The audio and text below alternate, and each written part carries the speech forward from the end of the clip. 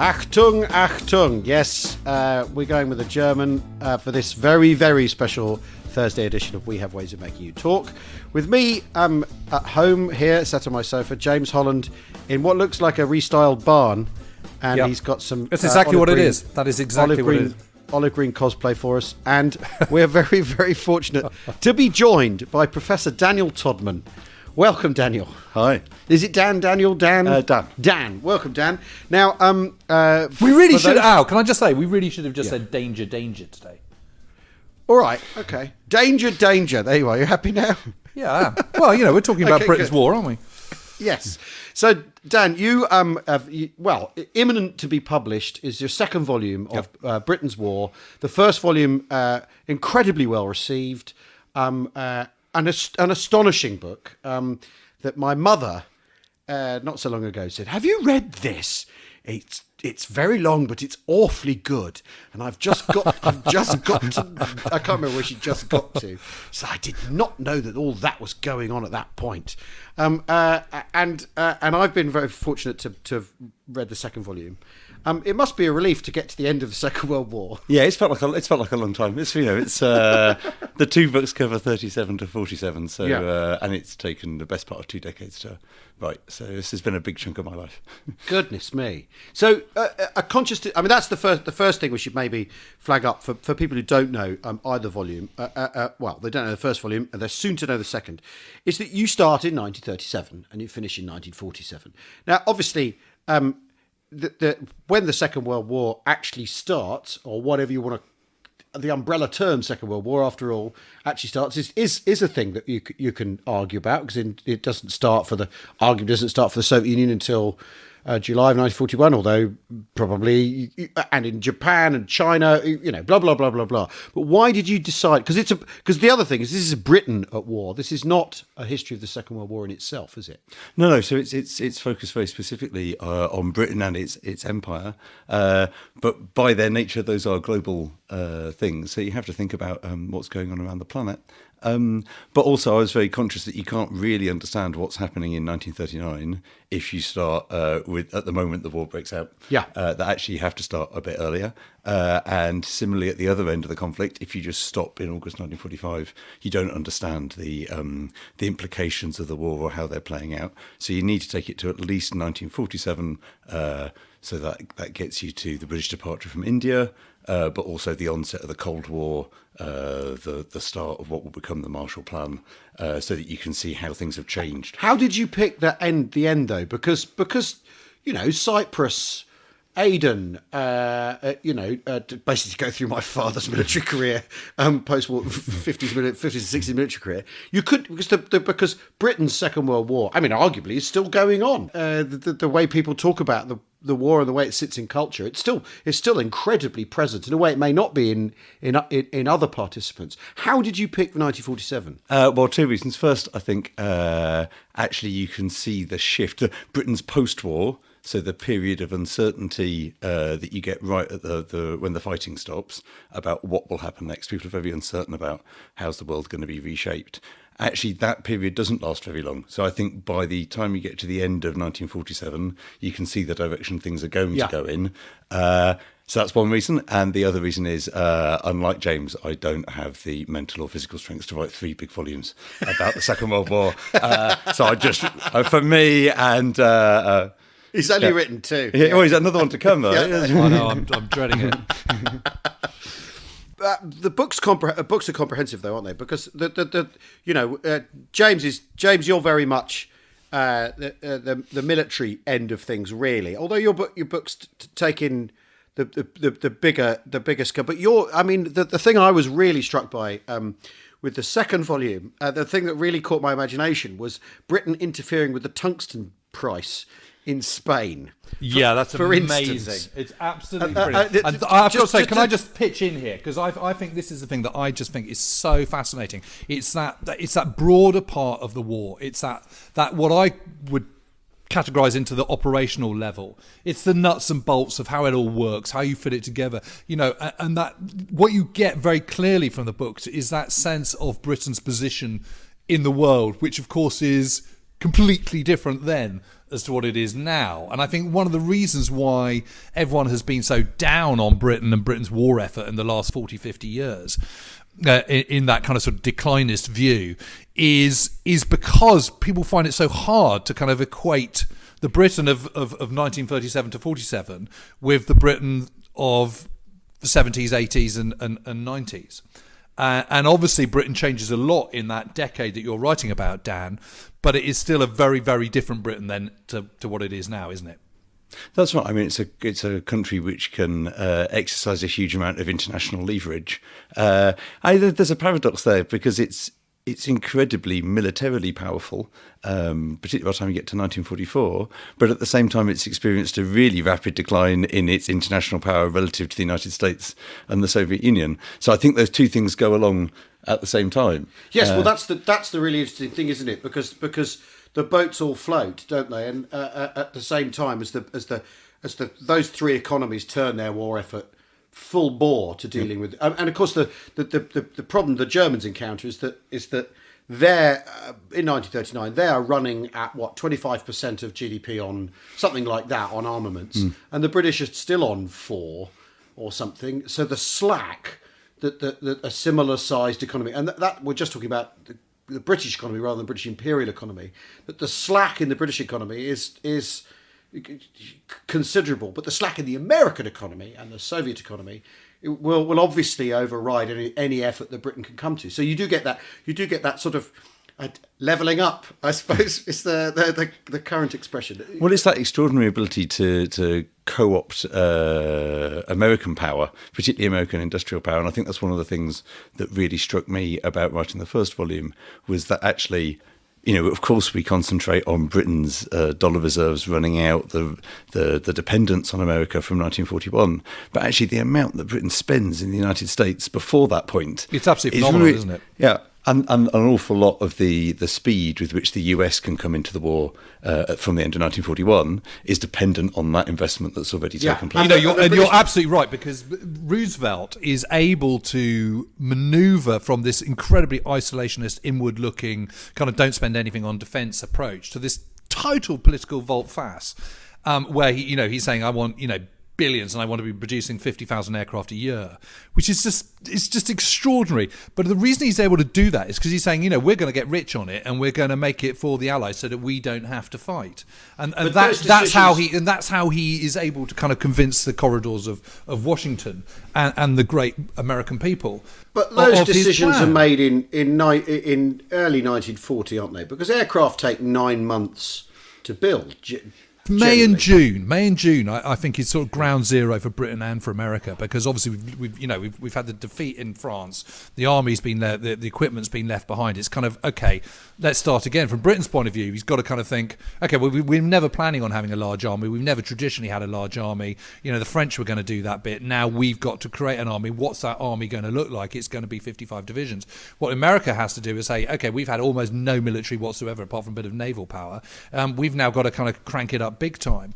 But it is British money that enables Roosevelt to kickstart that armament process, so that 18 months on, because it's an 18th month process, it's 6 months to get the machine tools made and everything set up. It's another 6 months to get everyone into gear and start producing stuff, and it's another 6 months before the factories are starting to churn out anything of any substantial number. And what is really, really intriguing is that those decisions are made in kind of May and June 1940 in Washington, and 18 months on, conveniently, is when Japan then attacks Pearl Harbor and they enter the war. It's a coincidence. Steady on. If you were to go back to London, I think one of the things that the Chamberlain government doesn't get enough credit for, there's plenty of things to criticise it about, but that actually that decision to spend loads of money on aircraft engine factories in the US happens before the crisis in Europe in May 1940. Yeah. And if you think of the atomic bomb project as being one of the the big things that the Americans spend money on during the Second World War, not the most expensive thing they do, but a very expensive project. Britain spends the same amount of money in dollars in the US before on aircraft factories before America comes into the war. So that's a really big head start. The British government inherit all the French contracts, don't they, when France falls? And that's just as a matter of course, and that there isn't, because obviously the Americans don't want to lose those contracts, so of course those contracts are still open, rather than, oh dear, the French will default, we're going to have to shut this capacity down. It is really interesting that because of course the story we tell ourselves is Britain on its own, that in the summer of 1940.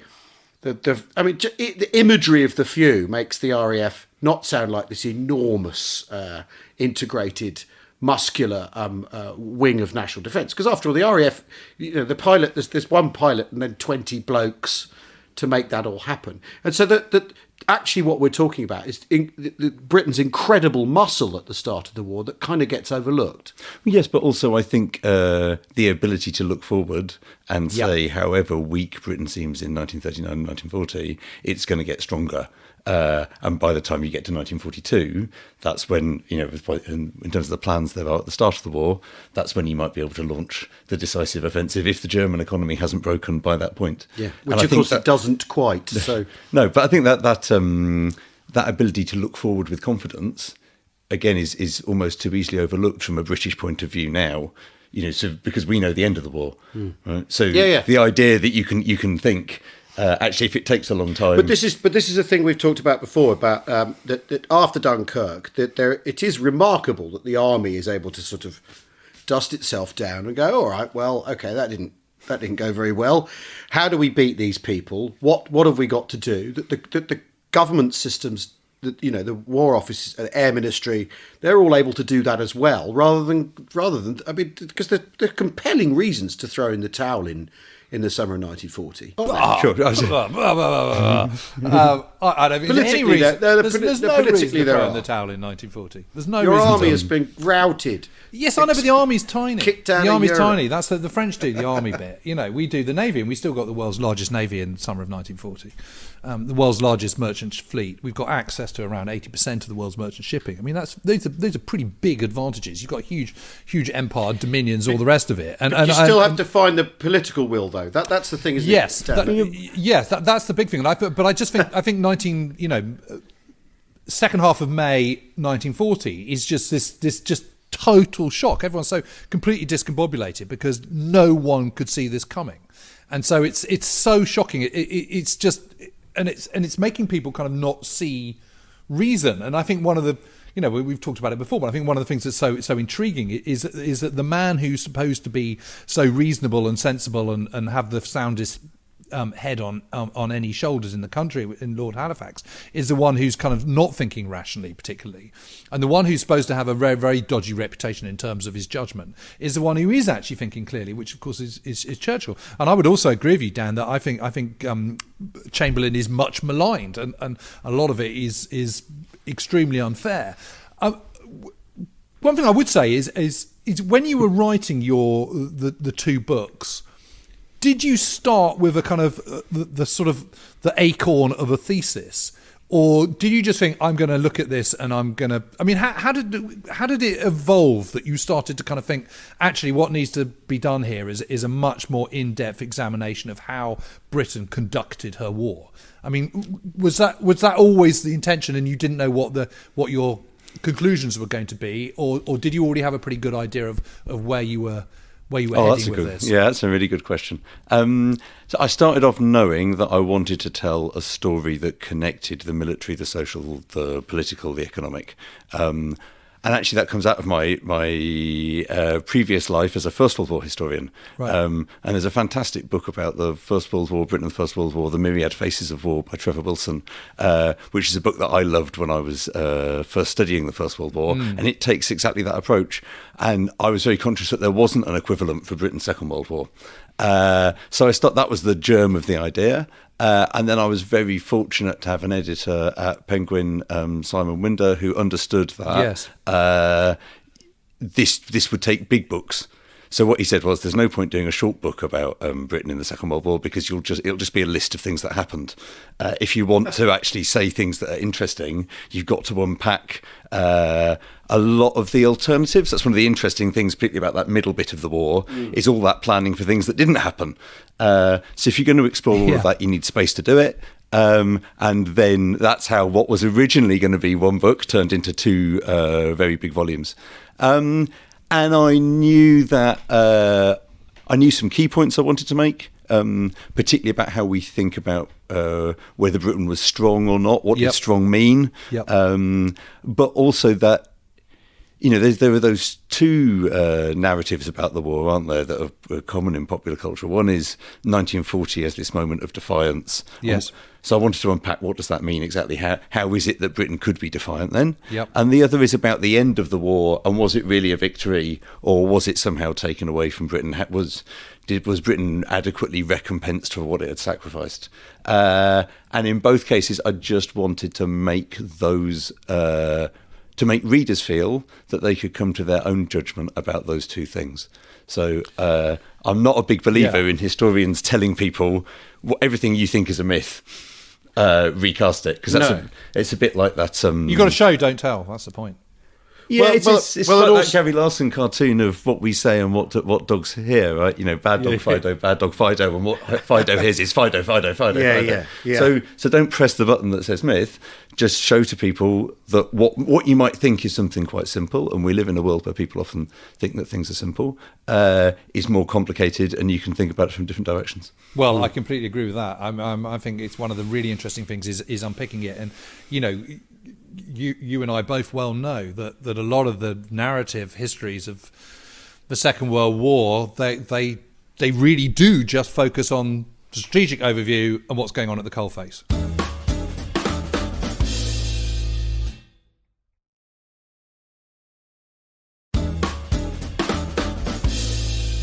What was the shipping cycle for getting tanks from the US to Alexandria for the Alamein, for the Second Battle of Alamein? Because there's 400 Shermans are delivered, of course, to that battle, which then gives Montgomery this preponderance of armour that up to that point, and they're brand new and they're funky and all that, cutting edge. What's the how long does that all take? Because you're looking at long range planning that, like James says, makes your head hurt. But that's quite quick, right? Those shipments, because that decision's taken June, July, and they're in place October. Yep. So that's quite a quick decision, a movement of tanks. So if things need to be done in an emergency, it's possible to reorder shipping in all sorts of ways. One of the reasons that everybody at the Ministry of Shipping finds Churchill such an infuriating boss is because he will sometimes say, this has to happen now. But of course, every time you do that, you disturb everything else.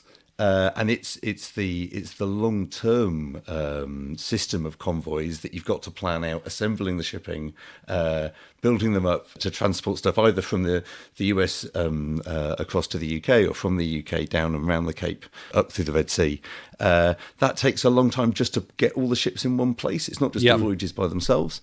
And the other problem you've got is you've got this inefficiency that suddenly with a convoy, in the good old days of individual sailings, one comes in on Tuesday morning, another on Wednesday afternoon, then on Thursday. So your stevedores, your guys, your dock workers, they're all kind of, there's just a constant flow. What happens with convoys is suddenly you've got 42 ships arriving in Liverpool all at once. And then in between, you've got nothing.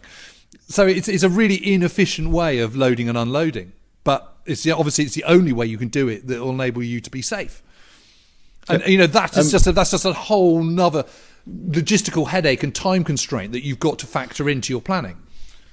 Well, yeah, and in some ways, I think trying to reinforce Malaya and Singapore in the spring of 42 is a better example than trying to get tanks across for Second Alamein. Because it's because you've got to go around the Cape, it takes it's a month cycle before you can get anything to the Middle East. So are you going to rejig something from the Middle East, which you were expecting to use either to centre the Soviet Union to keep the Soviets in the fight, or to follow up on Rommel after he's been defeated in the winter battle? Are you going to send all of that out to the Far East now? If you do that, where are the ships going to come from to do it? It only takes a displacement somewhere in the system for the knock-on effects to be really huge. Struck in the first book, there's the stuff about the refrigeration ships, which of course are are really important for for getting in peacetime used for getting meat from New Zealand to the UK essentially, and they become incredibly important because of the size and all that sort of thing, and so they have to be what on earth you do with these ships and where you fit them in becomes actually a thing that dominates thinking at one point. And then you've got the business of ports being attacked, ship damage, and so you may have a big fleet, but a shipping fleet, but at times it can't, like James says, because of convoy congestion, it can't be used particularly effectively. So you've got to plan around all that, and this is before we get to, were cruiser tanks any good? And the £6 pounder, the stuff that often I mean, I love our listeners dearly, but we do get asked a lot of kind of those kind of questions where people get hung up on tank types and all that sort of thing. When we zoom out and there's, what do we do? How do we get this refrigeration ship from one end of the world to the other at the moment we need it? It's sort of fantastic. But it also makes you think about two things. One is what is the experience of British servicemen in particular, that for most of them, for the majority of the war, their war will start with a lengthy voyage aboard ship. Yes. And that's quite distinctive to the British, American, Canadian, Australian experience, in a way that it's not for the Russian and German experience. Yeah. Right? So these aren't servicemen who are getting into battle by train, at least not at the beginning of their journeys. But the other thing is what actually affects the British home front, that actually the biggest falls in imports that you'll see during the war are not caused because there's been some unexpected sinkings by U-boats. They're caused because the US quartermasters want to send a bit more across the Atlantic, or they need some more supplies to send. Or the Tunisia campaign's gone on a bit longer than it was intended to, which is also really interesting. And I think one of the most fascinating decisions that's made out of the Casablanca Conference in January 1943 is a decision to end the Battle of the Atlantic once and for all. Because until you've done that, it's really, really hard to plan a major operation because you don't know how much shipping you've got coming through. If you know that 98% of your shipping's coming through, you can plan properly for Operation Husky, or more importantly, in the case of the Allies, Operation Overlord. But it's very, very difficult to plan for something like that if you're getting a convoy of 42 ships and 14 of them are being sunk. So there is this huge necessity to sort out the Atlantic once and for all so that you can properly plan, because the planning of shipping is so complicated. But it's true enough. Because the other thing to remember about Casablanca is what the British do there, because they want so much from the Americans at that conference, is agree to do all sorts of things with paying no account to the shipping that they've got available at all. And it's only in March 43 that they say, oh, actually, there aren't enough ships to do this. So all those things we promised you, sorry, we can't do them. So I find that's that fascinating combination between you're astonished that anybody could plan all of this in the days before computers, Excel, and at the same time, lots of it's done without the planning. You just make the decision and then make it work afterwards. And the British do play fast and loose with the Americans sometimes, because again, from the first book, I was struck by the thing about the grain. That at one point we have so much grain that we've got out of the Americans, it spoils and is never used. And so the Americans after that start thinking, well, I don't know if we can really trust your estimates on food anymore. You've wasted shipping space.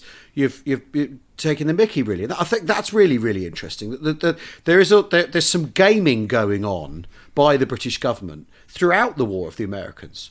I'm nodding away frantically, which is a terrible thing to do on a podcast. It's not. You're not helping me here. So I mean, I think it's very hard to work out in those negotiations at all different levels who exactly is playing who.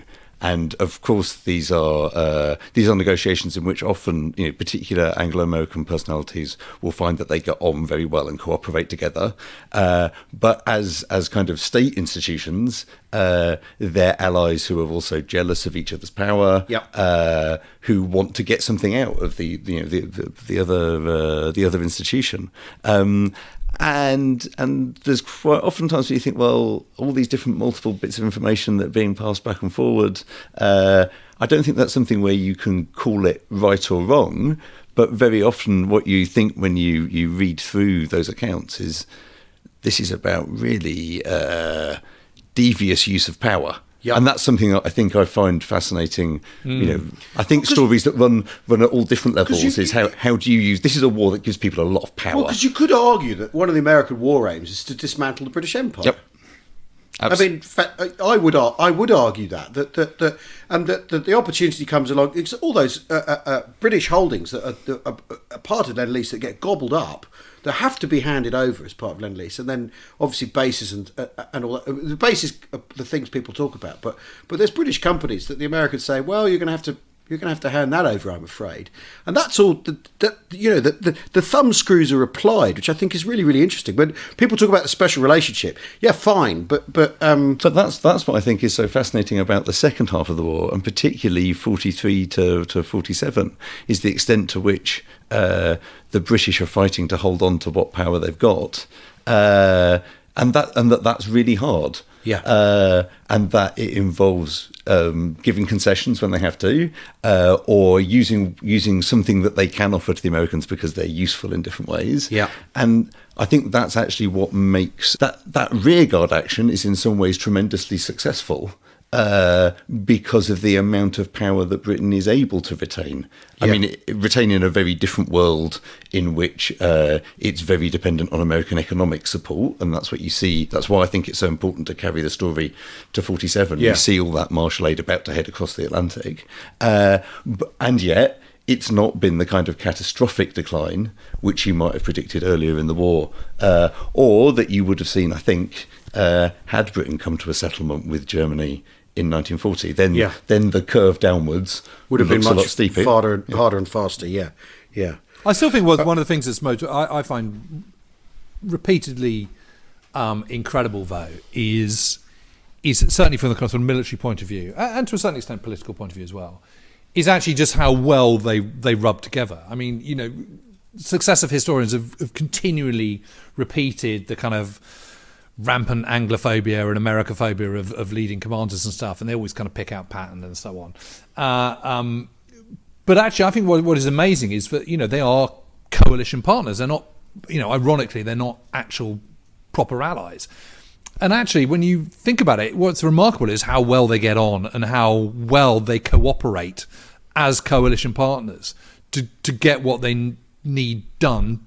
And I think one of the things that I've increasingly convinced about is that by and large Germany doesn't make the best use of its meagre resources, whereas by and large, and you can obviously argue the toss over individual things, but on the whole Britain and America prioritise their assets really, really well, I think. And I think that's one of the big factors why ultimately they're so successful, and why ultimately at the end of the war, despite having fought this incredibly tough, brutal, violent war, their casualty figures are so comparatively few compared to the other main combatants.